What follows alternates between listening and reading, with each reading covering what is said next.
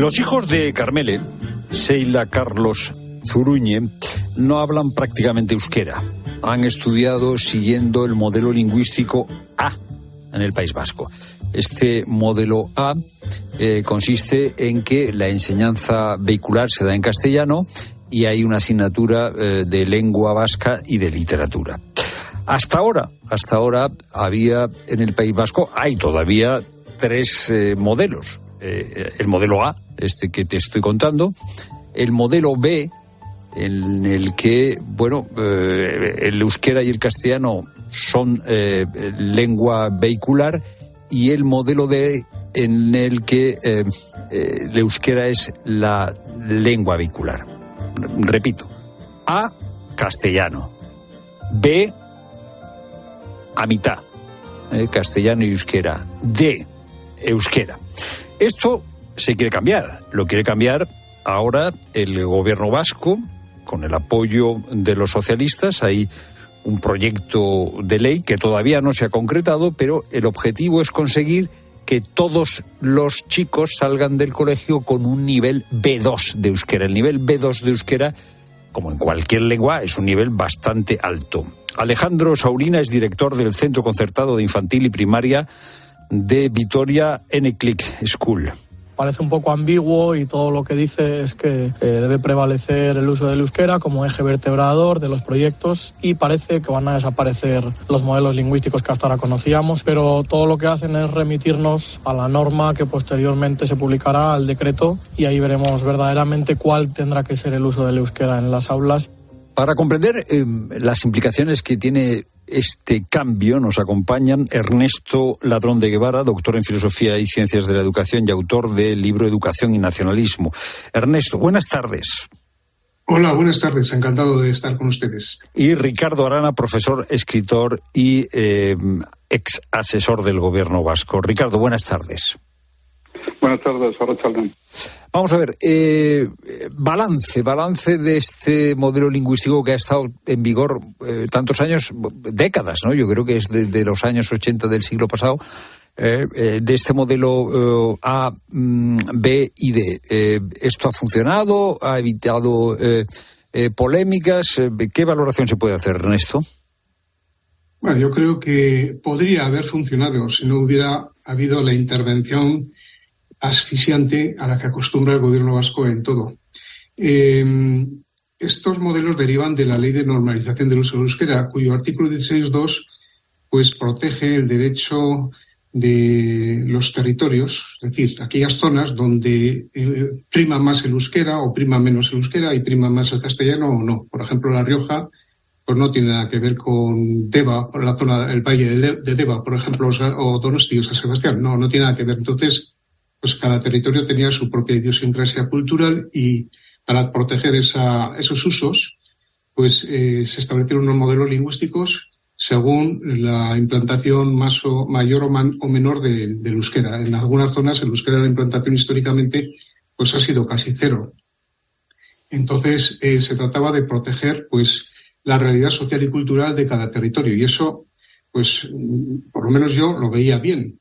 Pero el nacionalismo siempre avanza y nunca retrocede. Entonces están con la obsesión de forzar el uso del euskera sí o sí, cuando apenas ha avanzado, a pesar de los muchos millones de dineros, pesetas o euros, según los momentos históricos, que se han invertido, ¿no? Y entonces lo que a mí me parece mal es que se fuerce y se obligue.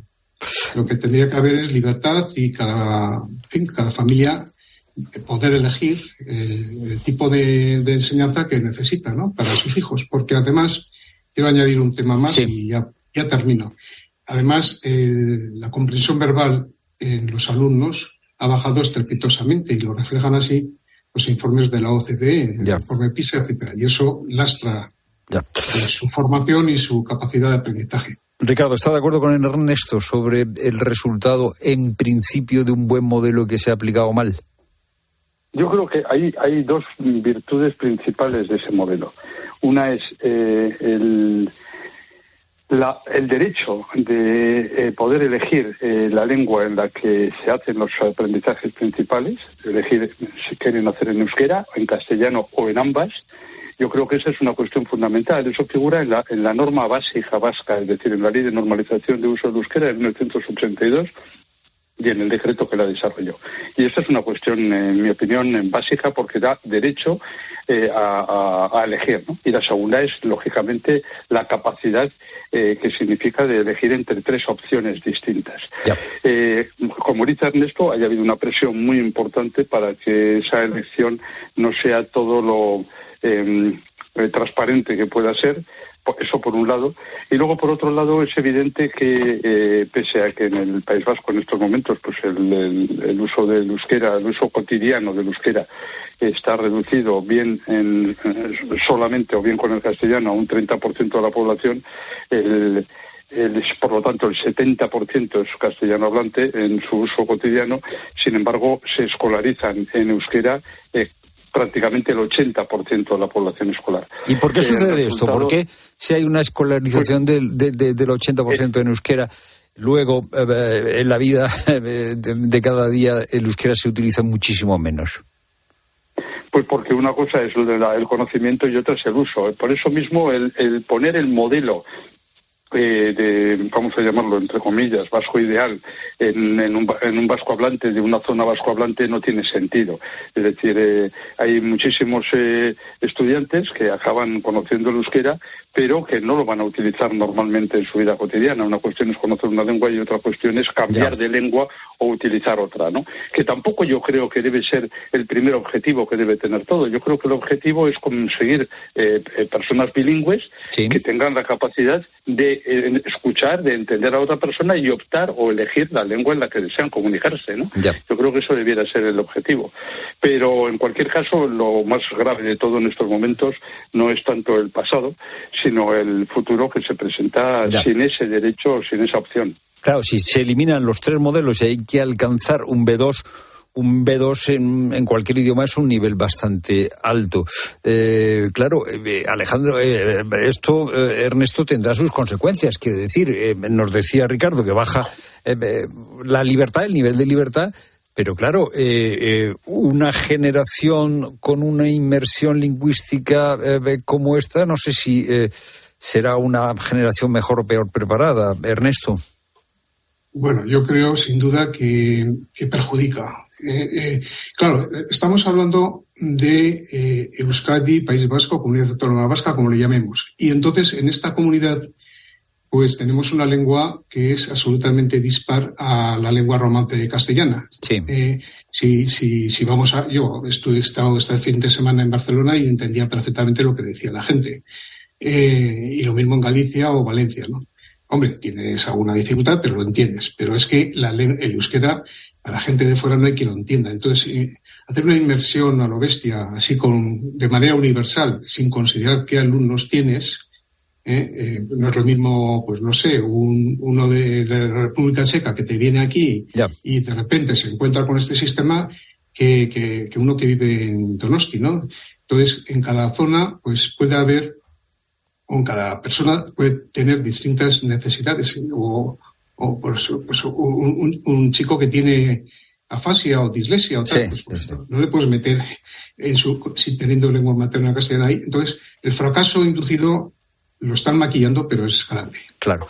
Lo que diga, además lo admiten, yo creo que el Consejo Escolar de Euskadi en sus informes lo dice. Ya, pero claro, como decíais, la realidad es muy diferente, depende de dónde estés. O sea, en los valles guipuzcoanos, pues bueno, sí habrá más personas que hablen el euskera, pero en la ciudad de Bilbao o en Álava, pues es que no hay tradición, ¿no? O sea, no sé si, Ricardo, se puede, digamos, hacer una especie de ingeniería lingüística para modificar cosas que pertenecen a la tradición del País Vasco.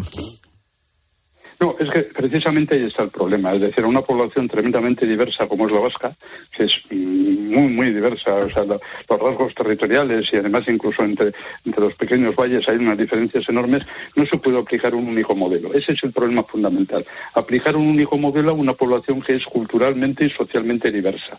Ahí es cuando se fracasa.